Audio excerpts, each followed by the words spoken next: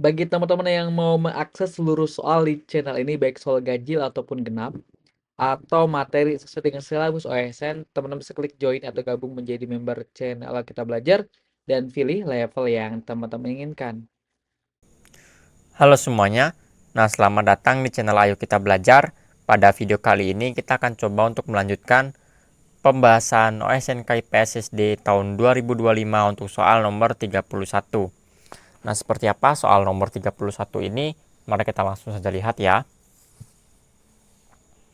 Pengalokasian sumber daya yang terbatas untuk memenuhi kebutuhan yang tidak terbatas menjadi dasar dari kegiatan ekonomi. Tindakan berikut yang dilaksanakan sesuai dengan konsep tersebut.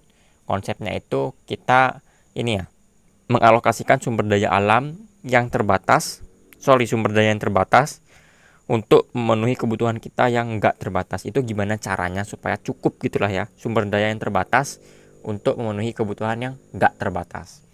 Kita analisis dari opsi pertama dulu. A. Menggunakan seluruh gaji yang diterima untuk kegiatan konsumsi keluarga. Ini salah ya, karena ini bertentangan dengan prinsip ekonomi jangka panjang. Jadi menghabiskan seluruh gaji itu cuma untuk konsumsi tanpa menabung atau berinvestasi, berarti kita gagal mengalokasikan sumber daya untuk kebutuhan di masa depan ya. Ini opsinya salah. Terus yang B, memberikan sanksi kepada karyawan yang melanggar tata tertib perusahaan. Ini nggak ada hubungannya dengan konteks soal dalam ini ya, memenuhi kebutuhan yang tidak terbatas ya, nggak ada konteks yang sama. Ini salah ya. Jadi ini cuman bagian dari fungsi manajemen atau lembaga sosial atau hukum di perusahaan, bukan merupakan tindakan IT dalam pengalokasian sumber daya untuk memenuhi kebutuhan hidup. Jadi seperti yang saya bilang, ini jauh dari konteks soal yang melenceng. Terus yang C, mengonsumsi makanan bergizi adalah upaya untuk mencegah terjadinya stunting. Nah ini benar ya, kenapa? Karena memilih makanan bergizi untuk mencegah stunting itu contoh pilihan yang cerdas. Jadi uang yang terbatas digunakan untuk membeli kesehatan masa depan. Nah ini adalah dasar ekonomi. Karena ketika kita tidak memilih makanan bergizi, maka kedepannya kita pasti akan mudah sakit. Dan itu mengeluarkan biaya. Tapi ketika kita sehat, itu akan jangka panjangnya bagus ya. Jadi gitu.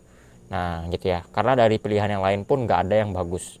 Terus yang D, menginvestasikan seluruh penghasilan untuk mendapatkan kebebasan finansial. Ini berisiko juga. Kenapa? Emang benar investasi itu bagus, tapi ini sangat berisiko karena prinsip ekonomi itu tetap mengharuskan adanya alokasi untuk kebutuhan dasar ya, konsumsi saat ini. Menginvestasikan seluruh tanpa menyisakan untuk makan akan membuat kebutuhan dasar tidak terpenuhi. Makanya ini opsi D salah ya.